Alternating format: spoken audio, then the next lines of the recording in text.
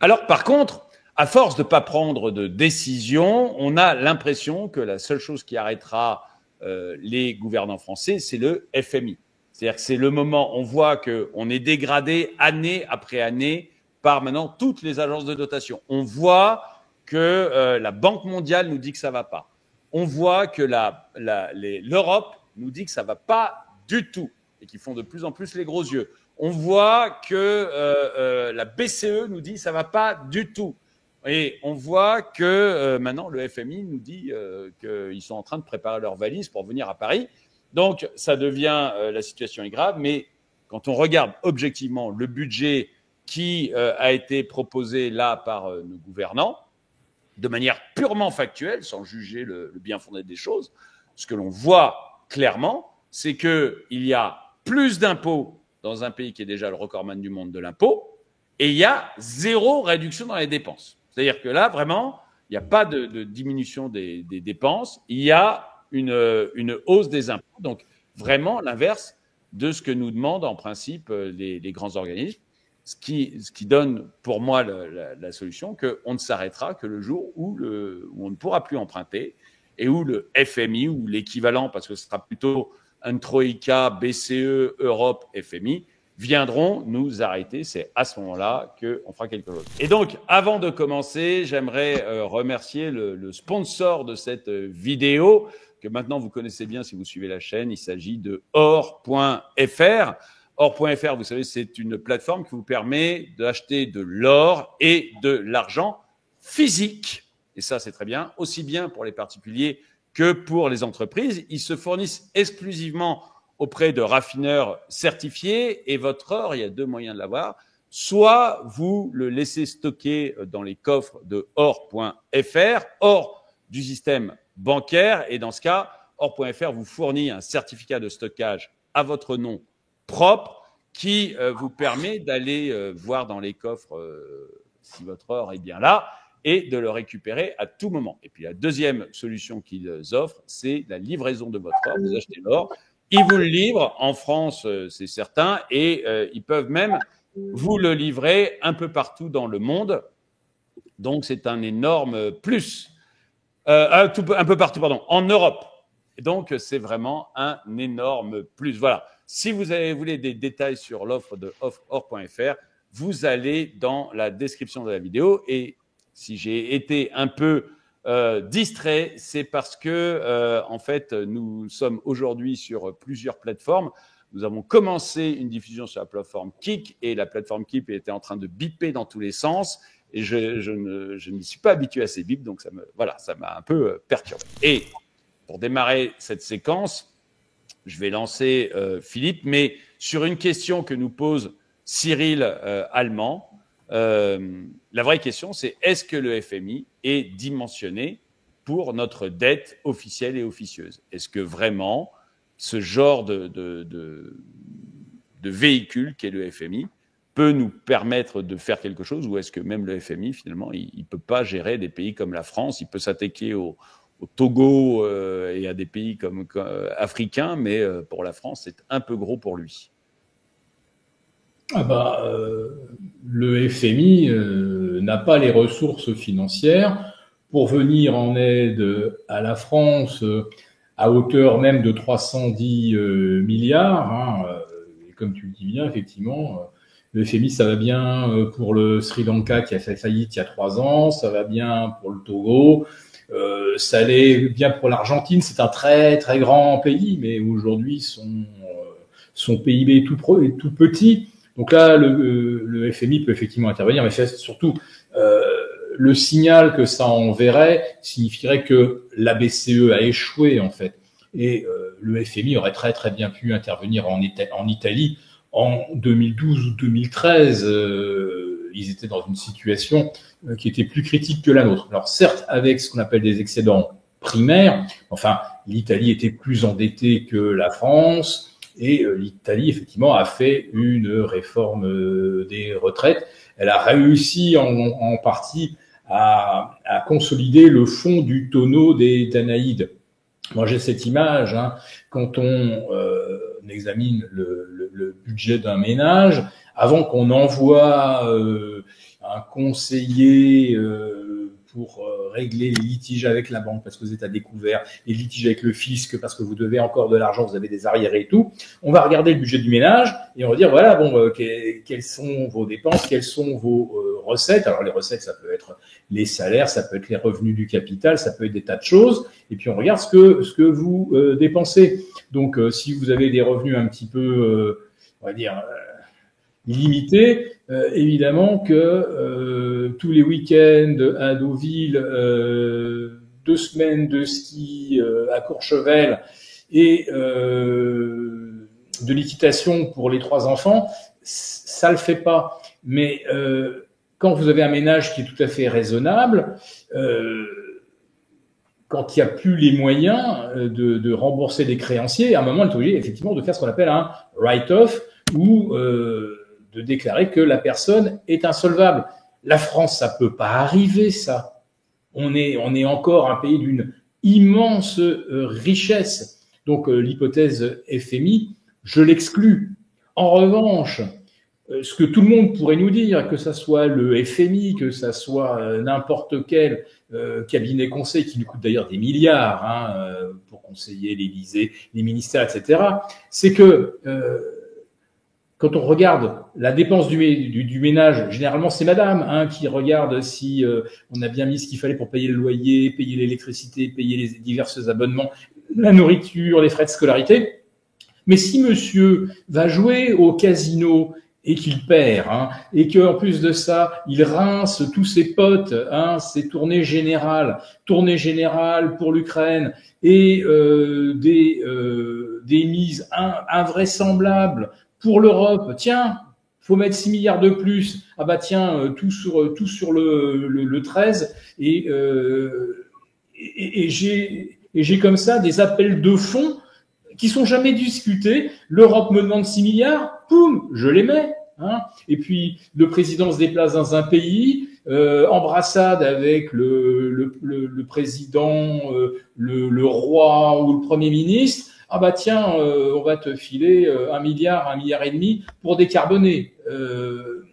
Le président dépense notre argent, voilà, c'est merveilleux. Lui, il joue au casino et on demande à la ménagère de réduire encore ses dépenses. Puis il faut réduire la viande parce que ça coûte trop cher. Mais ça s'arrête. Enfin, c'est ça le vrai problème. N'importe qui nous dirait pour que la France déjà se remette sur pied, il faut qu'on arrête de donner de l'argent qu'on n'a pas à des pays qui en ont peut-être besoin, mais avec lesquels on n'a pas de relations commerciales. Il faut arrêter de distribuer notre argent à tous les pays européens. Il faut arrêter également de financer des politiciens professionnels ou des gens qui sont à la tête de comités Théodule avec des salaires à 5-0 et on ne sait absolument pas ce que devient cet argent. Et tout le monde sait qu'il faut faire ça. Dans la façon dont tu le dis, Philippe, on a l'impression que, bon, ok, il y a des dépenses, etc. Mais de toute manière, ça ne s'arrêtera jamais. C'est-à-dire que tu nous as dit que tu ne croyais pas au FMI et que la France était un pays immensément riche. Donc, on a l'impression plutôt que d'une chute peut-être, mais d'une chute sans fin, quoi, qu'il n'y a pas de... Il n'y a pas de vraies conséquences si on a de quoi tout payer et que ça va, voilà, il suffit d'emprunter. Oui, c'est ce que tu mentionnais très, très justement, le virage politique pris par Gerhard Schröder. À un moment, l'Allemagne s'est découverte avec un taux de chômage très élevé, a découvert que sa compétitivité est en train de chuter et elle a mis en place effectivement les lois Hartz. Donc, qui ont coûté effectivement les élections à Monsieur Schröder. Et effectivement, on était parti sur une douleur sans fin, et ça s'est terminé par une fin dans la douleur. Et puis, cette concordance historique fantastique entre ce que l'Allemagne produisait, ce qu'elle produisait d'ailleurs depuis la Seconde Guerre mondiale, et d'un seul coup, il y avait un client qui avait un besoin quasiment illimité de machines-outils. Et puis pour ceux qui commençaient à gagner un petit peu leur vie en Chine, acheter de belles berlines allemandes parce que c'était un vrai marqueur social. Donc il y a eu un moment, une espèce de symbiose entre l'Allemagne et la Chine, et cette symbiose a disparu. Aujourd'hui, c'est la Chine qui exporte des machines-outils, c'est plus l'Allemagne. Donc tout le modèle allemand est en train de s'effondrer aussi. La France n'est pas le seul pays qui va avoir des problèmes dans les prochains mois. Je vous le dis, l'homme malade de l'Europe, aujourd'hui, c'est l'Allemagne. Et les Allemands sont moins riches que les Français. Ça peut paraître assez paradoxal, mais moins d'Allemands sont propriétaires de leur logement. Les Allemands ont moins d'épargne globalement que les Français. En revanche, leur régime des retraites est beaucoup mieux abondé, beaucoup mieux garni que le Français. Mais l'Allemagne, je vous le dis, va avoir un problème. Et du coup, c'est nous qui allons en avoir un, parce que l'Allemagne reste quand même notre premier partenaire. Et si notre premier partenaire se retrouve dans un semi-coma économique, je vous assure que c'est pas comme ça qu'on va réussir à s'en sortir. D'accord, mais enfin moi, ce qui m'inquiète, mais ce qui m'apparaît, c'est qu'on a de bonnes chances de se retrouver quand même avec une fin. Alors, est-ce que ça sera le FMI? Évidemment, c'est une image le FMI, mais pour moi, j'aimerais bien préciser quelque chose quand même, parce qu'on voit passer beaucoup de choses sur les réseaux sociaux, genre le FMI à Paris et tout. Le FMI, en fait, il ne vient pas arbitrairement. Faut le demander. C'est pas quelqu'un qui va prendre le pouvoir à Paris comme ça et qui va spoiler nos droits. Ça se demande. Oui, mais en fait, ça serait à la demande du gouvernement français. Alors, pour aller jusqu'au bout de mon idée, ça serait de dire, voilà, on a vu l'Italie, c'est arrivé il y a peu de temps, hein, j'ai plus la date exacte, mais c'était juste après la crise des subprimes. Et on a vu une Italie avec un chef d'État tout puissant, Berlusconi, qui possédait l'ensemble des médias et qui, grosso modo, disait moi, la douleur sans fin, c'est pas trop un problème du moment qu'on continue à voter pour moi. Et donc, on avait une Italie qui s'enfonçait petit à petit, jusqu'au jour où les marchés ont dit stop, et où la dette de l'Italie a été obligée de monter à des taux d'intérêt jusqu'à 7% pour emprunter et financer sa dette. Et ça, c'était ingérable, c'était intenable. Et en 15 jours, vous avez comme eu l'Allemagne qui a décidé qui serait le Premier ministre italien. Berlusconi, qui possédait tous les médias, s'est fait éjecter de son poste. Et on a désigné, alors c'était pas le FMI, c'était l'Allemagne, mais vous comprenez, enfin c'était l'Europe, vous comprenez l'idée, c'est-à-dire d'autres personnes qui prennent le pouvoir en France. On est obligé de leur demander parce qu'on peut plus emprunter. Et à ce moment-là, la question que je me pose, c'est qui va payer? Alors, la réponse que j'en fais, c'est les retraités, parce que quand on regarde les dépenses de l'État, vous en avez quasiment la moitié. Maintenant, c'est les retraites et le système social. Donc, et les retraites à elles seules font, je sais plus, 30% ou 25%. Donc, on voit qui va payer, quoi. C'est les retraités, à mon avis. Alors, j'ouvre comme petite parenthèse. Tu as cité le cas de l'Italie, je l'ai évoqué. Hein. En fait, c'est pas exactement ce qui s'est passé. Les marchés ont vu que l'Italie, effectivement, allait sur cette voie que monsieur Berlusconi, la dette, ça le préoccupait pas trop. Et donc, les marchés, qu'est-ce qu'ils ont fait? C'est pas l'Italie qui a monté ses taux à 7,5, c'est les marchés qui n'achetaient plus la dette italienne. Et quelle était l'idée sous-jacente? C'était de forcer la BCE à intervenir.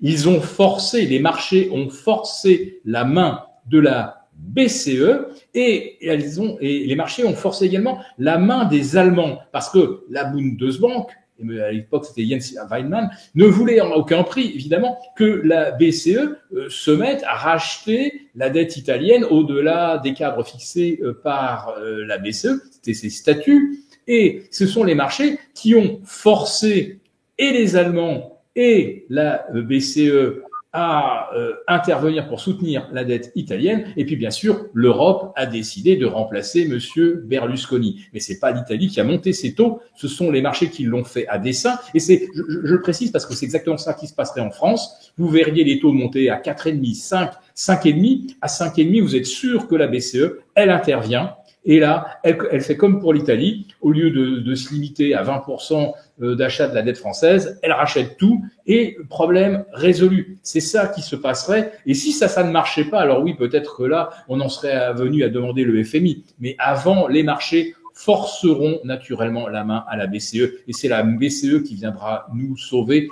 Je n'ai aucun doute sur ce scénario. Et alors, il y a une question. Pardon, vas-y. Juste un petit commentaire, c'est que le CAC 40 ces derniers temps a plutôt été dynamique et ça a été un peu piégeux de voir une courbe plutôt positive qui était portée par autre chose que par le pays lui-même. Mais je pense que ça a été un piège. Ça, c'est un premier point. Et le deuxième, c'est qu'on entend beaucoup d'investisseurs plutôt internationaux dire que si la France venait à faire vraiment défaut, il y aurait tout un risque d'effet domino qu'ils craignent, et donc ils continuent à soutenir la France pour éviter cet effet qui serait encore plus grave sur d'autres pays, parce que la France aurait un effet important sur l'économie mondiale en étant en défaut. Alors, j'ai juste une question avant enfin, une question qui a été posée par un auditeur avant qu'on parle un peu plus de l'effet crypto sur les retraites. Mais il y a un auditeur qui dit, voilà, pour diminuer sa dette, les USA achètent des bitcoins. Alors, il trouve ça intelligent, et moi, j'avoue, je ne comprends pas. Donc, voilà. Alors, pas tout à fait. Effectivement, Trump, l'un des premiers trucs qu'il a fait en arrivant au pouvoir, c'est créer une réserve nationale de crypto, et pas que de Bitcoin. Mais par contre, le gouvernement, enfin l'administration américaine ne va pas sur les marchés pour en acheter. En gros, ils arrêtent de vendre ce qui provient des saisies criminelles. Ils ont à peu près de mémoire 200 000 bitcoins en stock. Avant, ils les vendaient, maintenant, ils les vendent plus. Et je pense qu'en fait, ça, c'est le moyen le plus intéressant pour les États qui veulent un peu diversifier leur trésorerie, hein, si on peut parler de trésorerie pour un État. En France aussi, hein, on saisit des bitcoins et en fait, de temps en temps, on voit des ventes qui sont réalisées par ce biais. Je pense que l'une des premières choses à faire, et qui coûterait vraiment zéro aux contribuables, c'est d'arrêter de vendre. Parce que de mémoire, il y avait une vente de 3000 bitcoins par l'État français il y a 6 ou 7 ans.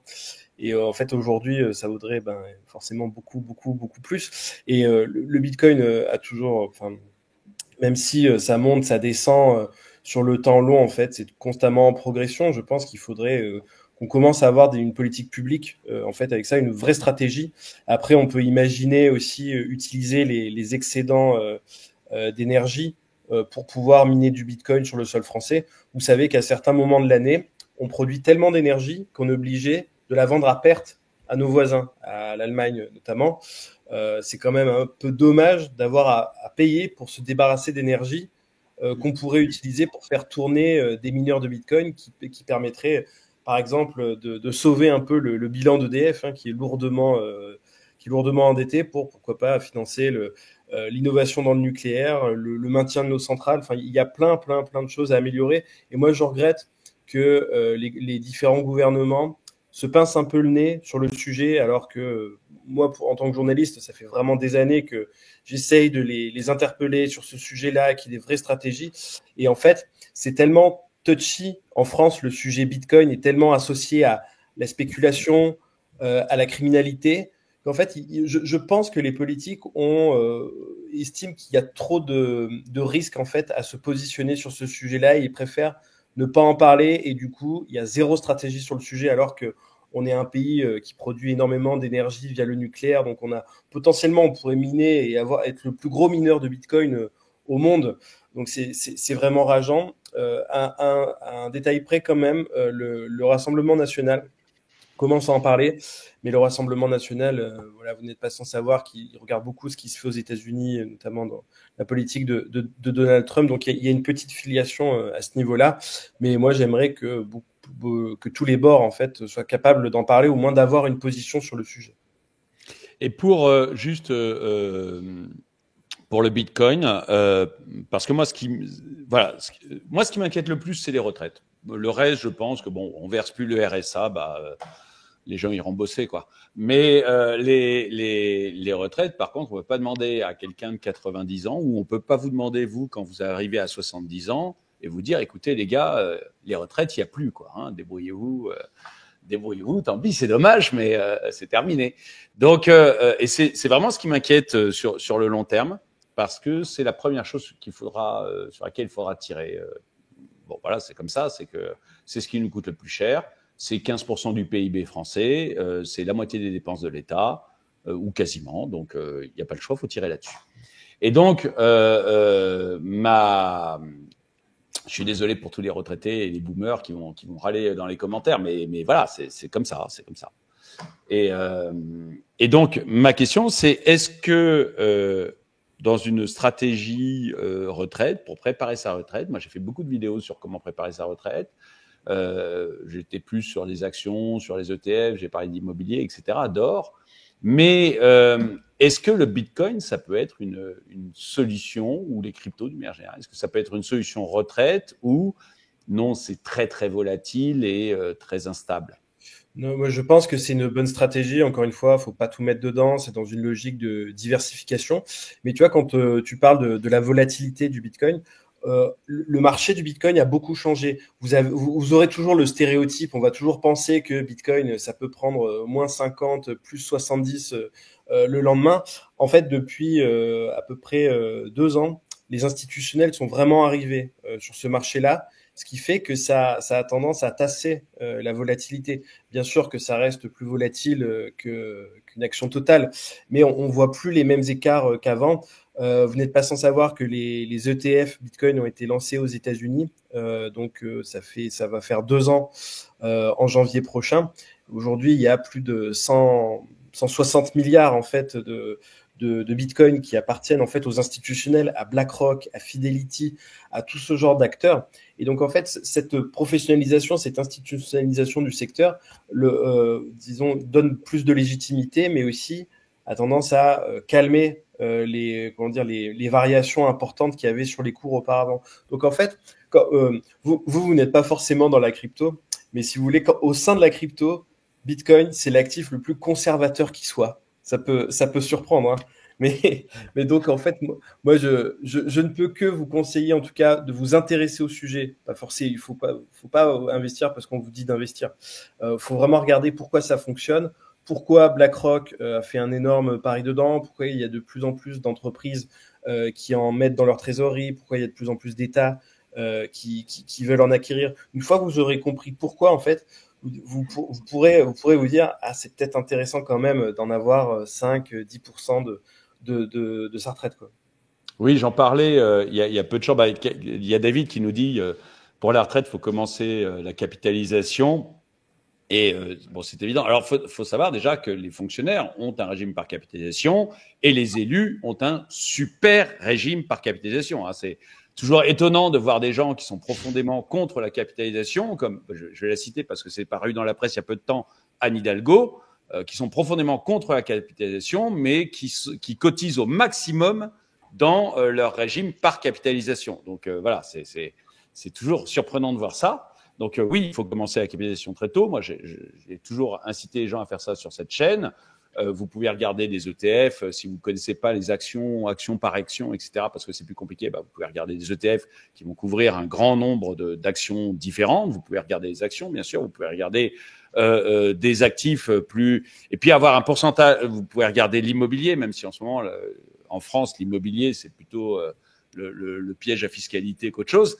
Mais et puis vous pouvez regarder des actifs, avoir une part de votre capitalisation en actifs, que ce soit en Bitcoin effectivement ou en or, puisque l'or reste l'actif principal. Je crois que l'AMF, donc l'autorité des marchés financiers, conseille aux gens d'avoir un portefeuille avec au moins 5% d'or dedans, et on peut rajouter 5% de crypto. Voilà. Alors moi je suis pas un homme aventureux. J'avoue que les cryptos, c'est pas encore, je suis pas encore rentré dedans. Mais vous voyez, je commence à inviter sur ma chaîne des spécialistes crypto, donc c'est que je commence à m'ouvrir. Malgré tout, il y a des gens qui faisaient des commentaires désespérés en disant que décidément je m'ouvrirais pas aux cryptos. Vous voyez ça, tout arrive. Je suis en train de m'ouvrir même à ce sujet-là. Merci également au sponsor de la vidéo, or.fr. Je vous rappelle très rapidement, or.fr, ça vous permet d'acheter et de vendre de l'or et de l'argent. Ensuite, ils peuvent soit le conserver pour vous et vous envoyer un document qui, excusez-moi, je cherche un certificat de stockage à votre nom pour vous dire où est votre or et pour montrer que cet or est bien à vous. vous pouvez à ce moment-là aller voir votre or ou aller le récupérer. Et puis, ils peuvent également vous envoyer l'or si vous préférez conserver vous-même l'or chez vous. Mais dans ce cas, comme je le disais l'autre jour, il ne faut pas avoir la mémoire de ma copine qui perd régulièrement ses bijoux qu'elle a très très bien cachés quelque part chez elle, mais qu'on n'arrive jamais à retrouver, quoi. Donc faites attention à votre or si vous faites comme ça. Et puis bon, ils ont un autre avantage aussi, c'est que ils vous rachètent votre or et ils s'engagent à le racheter en 48 heures. Donc ça, c'est quand même pas mal du tout. Et ça vous permet de créer de la liquidité, pas instantanée comme une carte de crédit, mais ça vous permet quand même de créer de la liquidité relativement rapidement quand vous en avez besoin. Merci à tous d'avoir regardé cette vidéo. Mettez un pouce vers le haut, commentez, partagez. Merci à tous ceux qui soutiennent la chaîne. Et moi, je vous dis à très bientôt.